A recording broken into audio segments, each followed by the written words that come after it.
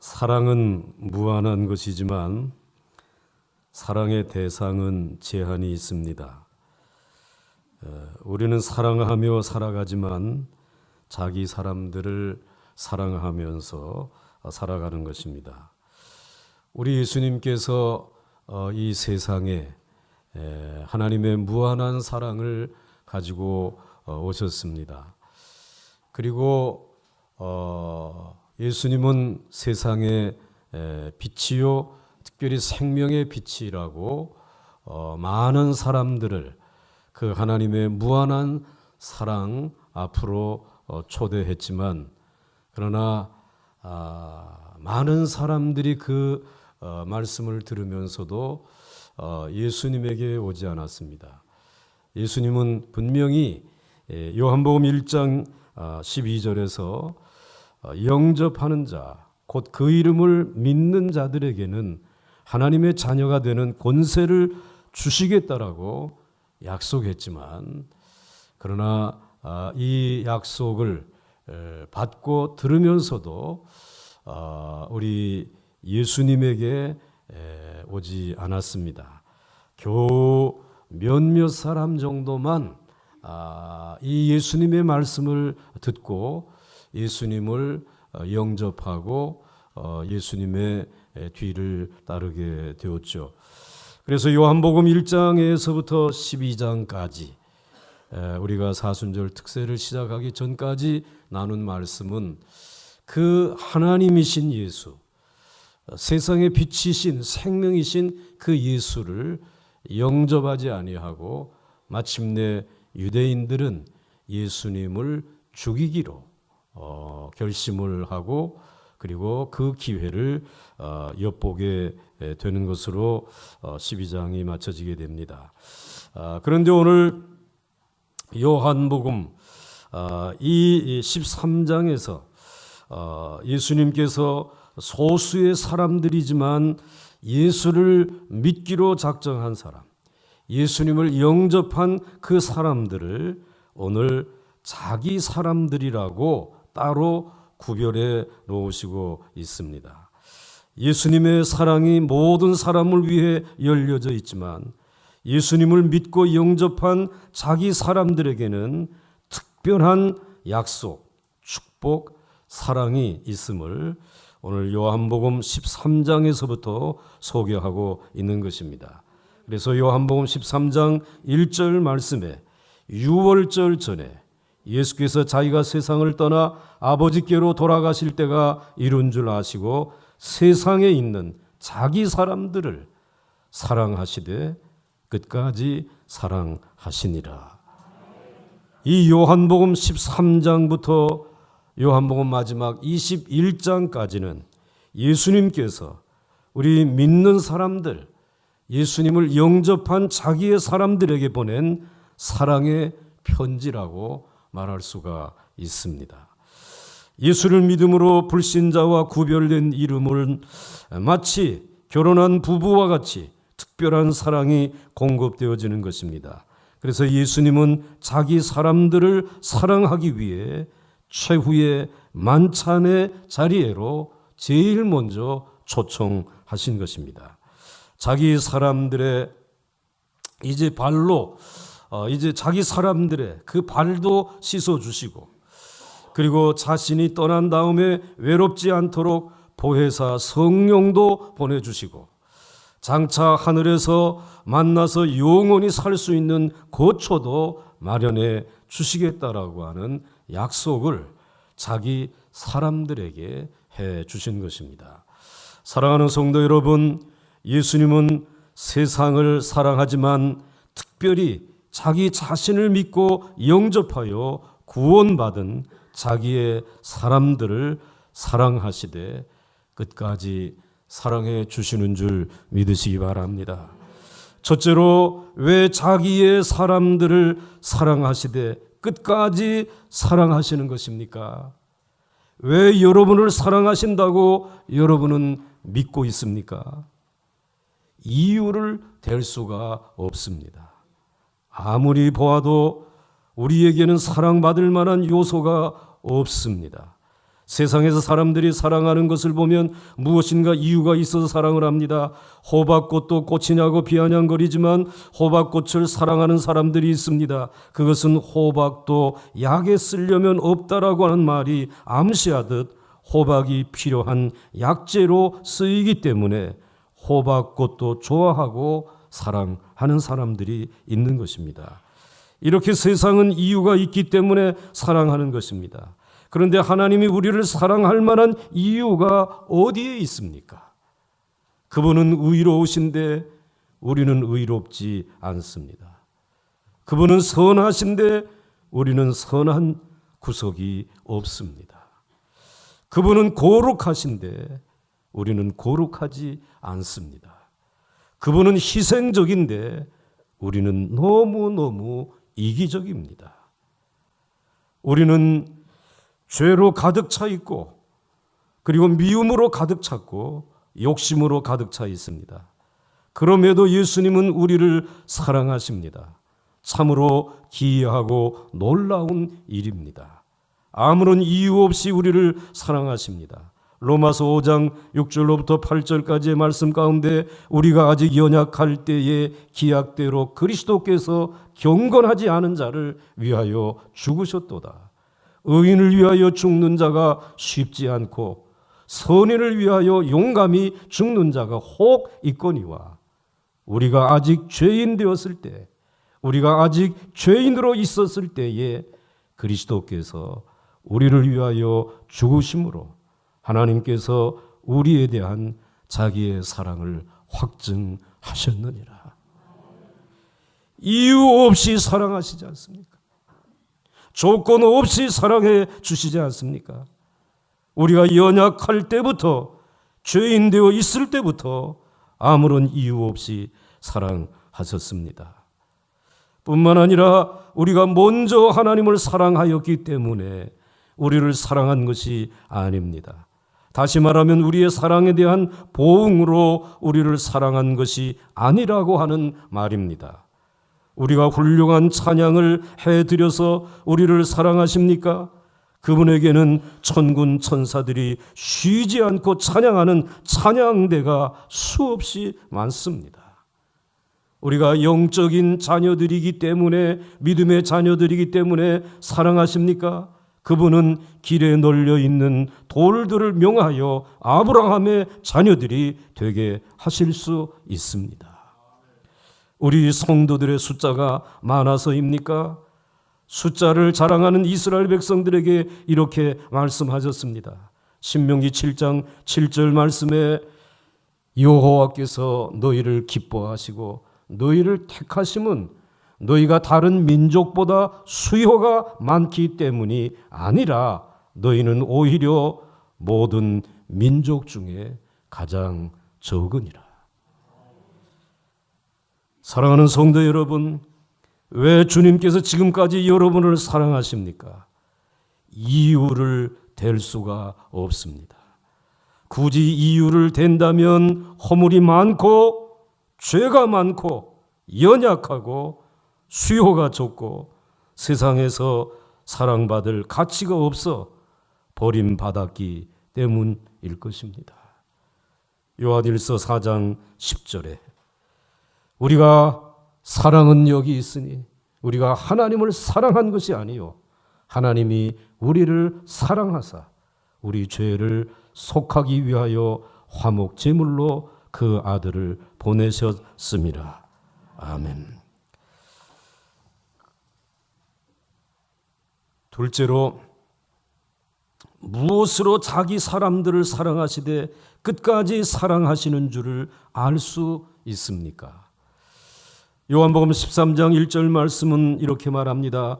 6월절 전에 예수께서 자기가 세상을 떠나 아버지께로 돌아가실 때가 이룬 줄 아시고 세상에 있는 자기 사람들을 사랑하시되 끝까지 사랑하시니라 라고 말씀하십니다.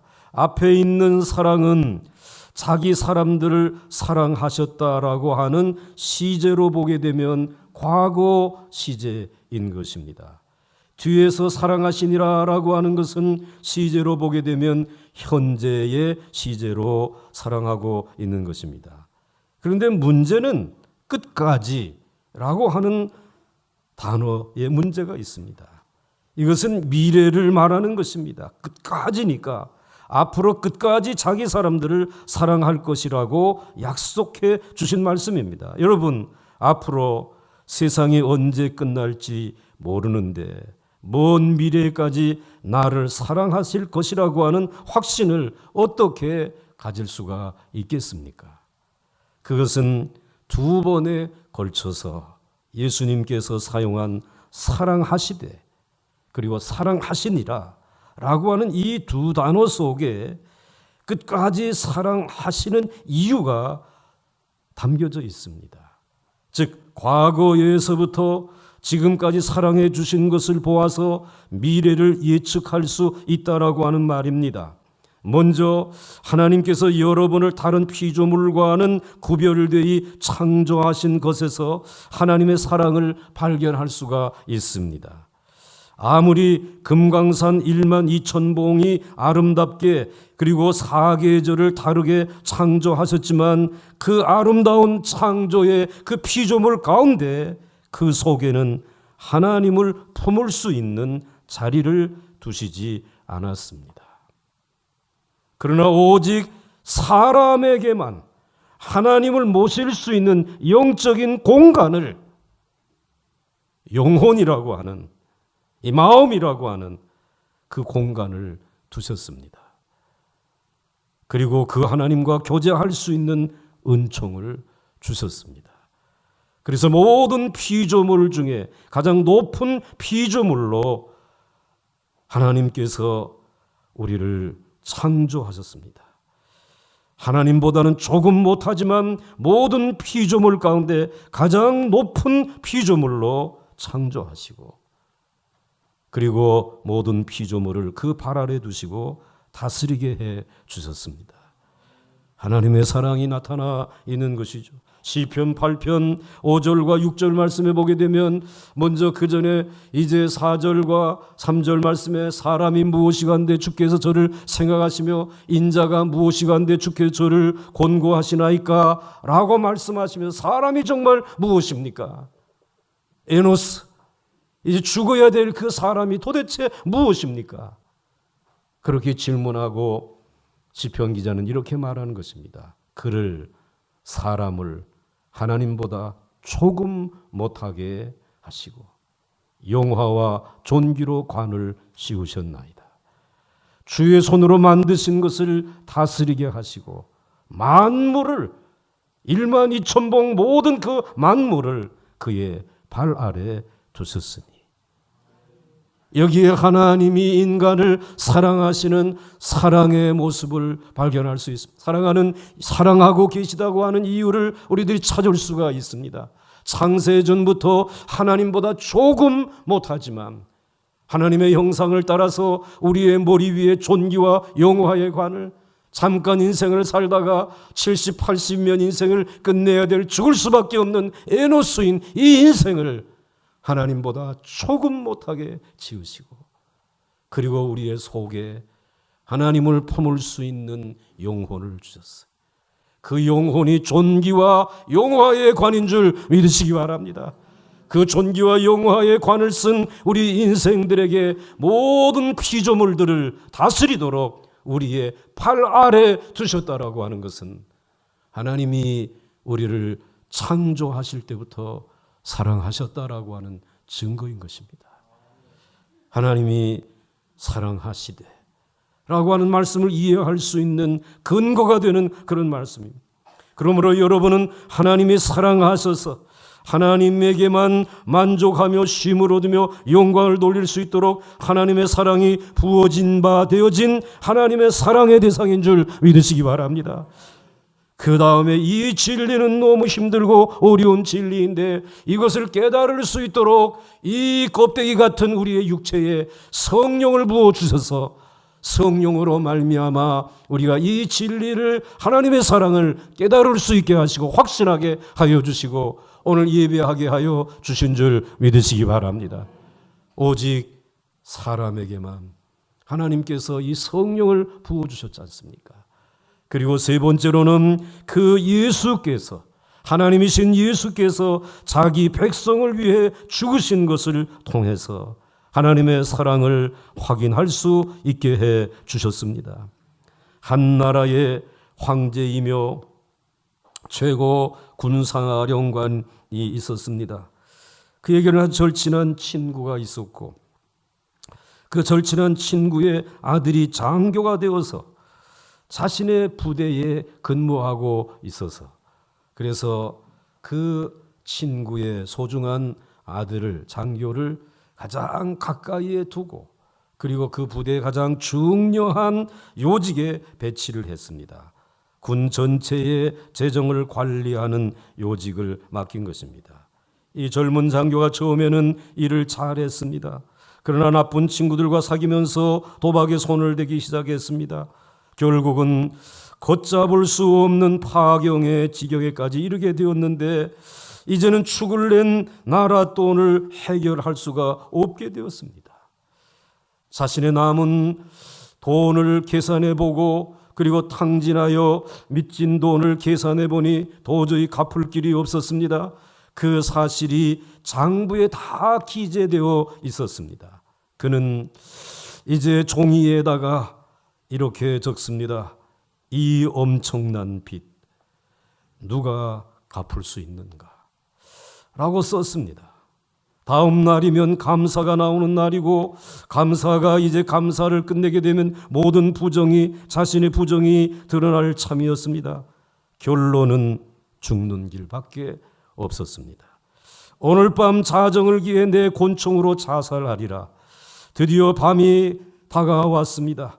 그는 자정을 기다리다가 곤충을 쥔 채 잠이 들었습니다. 그날 밤 사령관은 시차를 나왔다가 다른 막사에는 다 불이 꺼졌는데 이 젊은 장교의 집무실에만 불이 켜진 것을 보고 들어가 보았습니다. 책상에 엎드린 채 자고 있는 친구의 이 머리맡에 그가 정리해 오던 장부를 발견하고 그리고 사건의 개요를 알아차렸습니다. 그리고 이 엄청난 빚 누가 갚을 수 있는가? 라고 하는 글을 보면서 이 젊은 장교의 죄와 고민을 알게 되었습니다. 사령관은 그 아래 글자 한자를 써놓고 조용히 나왔습니다. 젊은 장교가 정신을 차리고 곤충을 들어 자신의 머리를 쏘려고 하는데 한 줄의 글귀가 눈에 들어왔습니다. 이 엄청난 빚 누가 갚아줄 수 있는가? 총사령관. 깜짝 놀랐습니다. 총사령관이 모든 빚을 갚아주겠다고 이름을 줬고 서명까지 해놓았습니다. 과거의 사령관의 서명과 비교해 보았더니 틀림없는 사령관의 서명이었습니다. 그래, 나는 죄인이지만 살 수 있다. 내가 가진 것으로는 빚을 갚을 길이 없지만 사령관님이 해결해 주시면 나는 살 수 있어. 정말 다음 날 사령관은 사람을 보내 축을 낸 돈을 다 갚아주고 모든 문제를 깨끗이 해결해 주었습니다. 사랑하는 성도 여러분, 우리는 하나님께 큰 빚을 지고 갚을 길 없이 파산했던 죄인들 중에 죄인입니다. 그 죄를 속할 길이 전혀 보이지 않습니다. 그러나 예수님이 오셔서 그 죄의 값을 치르셨습니다. 그리고 우리의 파산 명세서에 주님의 이름을 적어 놓으셨습니다. 누가 이 엄청난 죄의 빚을 갚아줄 수 있는가? 나 예수가. 그래서 우리는 이렇게 노래하는 것입니다. 너희 죄 흉악하나 눈과 같이 희겠네. 너희 죄 흉악하나 눈과 같이 희겠네. 너희 빚 흉악 죄의 빚 흉악하나 희게 되리라. 주홍빛 같은 내 죄 주홍빛 같은 내 죄 눈과 같이 되겠네. 눈과 같이 되겠네. 할렐루야. 하나님이신 생명의 빛이신 그분이 저와 여러분을 사랑하셔서 갚을 길 없는 죄의 값을 온전히 그분이 갚아 주신 것입니다. 사랑하시되 끝까지 사랑하기 위해서 하나님보다 조금 못하게 창조하시고 그리고 모든 피조물들을 발 아래 두게 하신 그 창조주, 그 하나님께서 그 예수 그리스도를 통해서 이제 우리의 모든 죄의 값을 다 지불하심으로 인하여서 하나님의 사랑을 끝까지 사랑하시는 그 사랑을 확증해 주신 줄 믿으시기 바랍니다. 그 일을 위하여 성령으로 인쳐 주신 줄 믿으시기 바랍니다. 이것이 과거에 우리를 사랑해 주신 그리스도의 사랑입니다.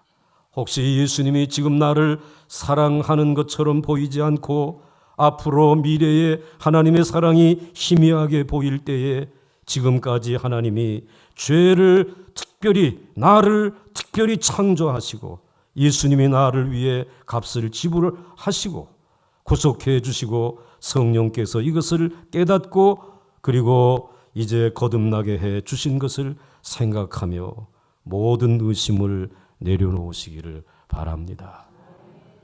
주님은 여러분을 사랑하시되 끝까지 사랑하시다. 이제 마지막으로 끝까지는 언제까지를 말하는 것입니까? 첫째로 예수님이 돌아가실 때까지입니다. 오늘 본문 13장 1절 말씀을 보시게 되면 6월절 전에 예수께서 자기가 세상을 떠나 아버지께로 돌아가실 때가 이룬 줄 아시고, 그러니까 오늘 이 끝까지라고 하는 말은 예수님께서 이제 오늘 최후의 만찬에 자기의 사람들을 초청하시고 그리고는 만찬을 나누시고 그리고 이제 48시간이 되시면 예수님은 십자가에 못 박혀 죽으십니다. 그런데 십자가에 달려 죽기까지, 죽음이 올 때까지 끝까지 사랑하시겠다라고 하는 말씀입니다. 오늘 우리들도 점점 나이가 들고 그리고 이제 늙음이 찾아오게 되고 서글퍼지는 것 여러 가지 있어요. 또 주변에서는 어제 듣기 좋으라고 정말 지금까지 잘 살아오시지 않아서 수고 많이 하셨습니다. 격려하지만 우리 안에 있는 서글픔은 내가 아직도 주님을 사랑하고 내 가족들과 교회를 사랑해서 하고 싶은 일들이 많이 있음에도 불구하고 우리에게 병이 찾아오고 그리고 이제는 내 수족을 제대로 움직일 수 없고 걸음이 편치 않고 내 의식이 또렷하지 아니해서 끝까지 사랑하지 못하는 한계를 우리는 느끼고 예감하고 있지 않습니까? 죽을 때까지 사랑할 수 없다는 것이. 그러나 우리 주님은 우리를 위해서 그가 죽을 때까지 변함없이 사랑해 주시는 주님이신 줄 믿으시기 바랍니다. 죽을 때까지. 그리고 오늘 이 죽을 때까지, 끝까지라고 하는 말씀 속에는 제자들이 죽을 때까지 사랑하신다는 말씀이죠. 지금 제일 먼저 죽으실 분은 예수님이십니다. 베드로, 야고보, 요한 등 모든 제자는 계속 살아 있을 것입니다. 그런데 예수님은 제자들이 세상을 떠날 때까지 사랑하셨습니다. 예수님이 죽고 부활하셔서 다시 자기 사람들에게 찾아오셔서 베드로의 마지막 순간까지 나는 도저히 저들이 죽어가는 그 십자가의 형틀에 매달려 죽을 수 없습니다. 그래서 자신이 이제는 살 길을 찾아 그 길을 빠져나오려고 할 때 우리 주님이 찾아오시지 않습니까? 그리고 어디로 가느냐? 주님 어디로 가시는 것입니까? 내가 저들을 대신해서 죽기 위해서 간다. 끝까지 함께 하시는 그 예수 그리스도. 깨닫습니다. 그리고 베드로는 죽기까지, 내가 죽기까지 나와 함께 하시고 사랑하시는 주님이신 것을 확인하지 않습니까?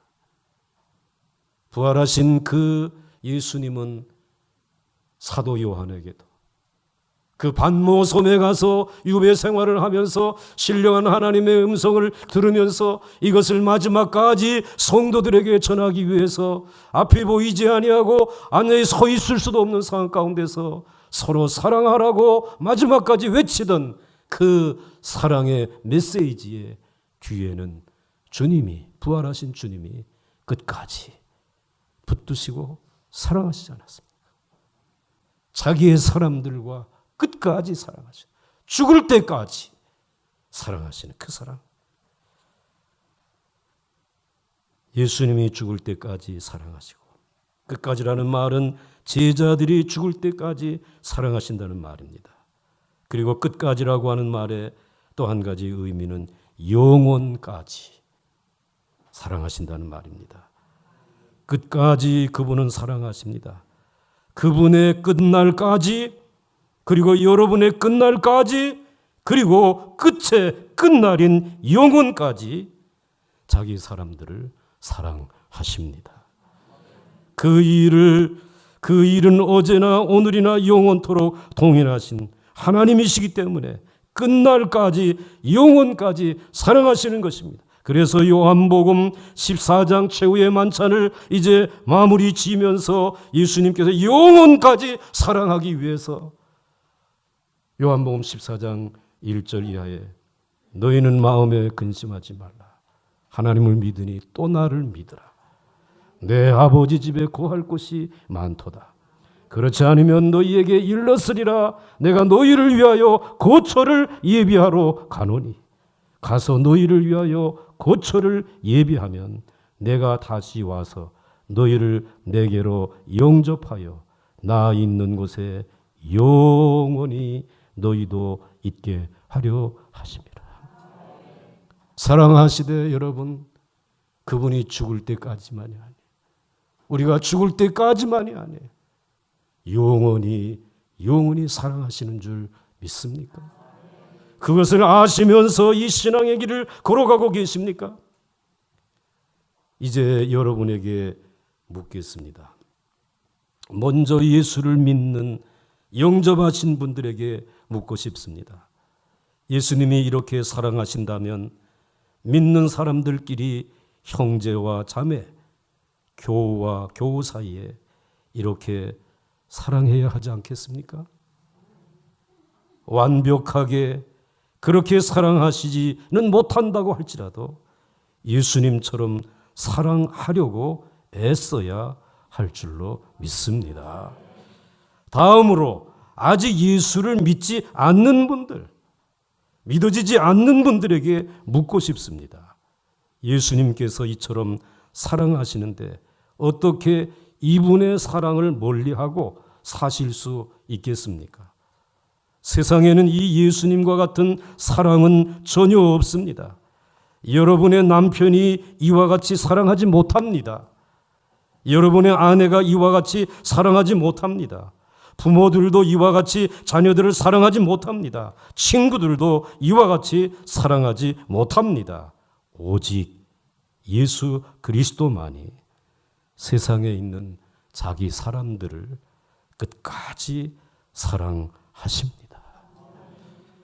여러분은 어느 날, 영접하지 아니한 여러분은 어느 날 아버지의 심판대 앞에 설 것입니다. 이 위대한 사랑을 거부한 채로 심판대 앞에 설 것입니다. 여러분이 지은 죄 때문이 아니라 이 엄청난 은혜의 사랑을 거부한 이유 때문에 그 심판대 앞에 서게 될 것입니다.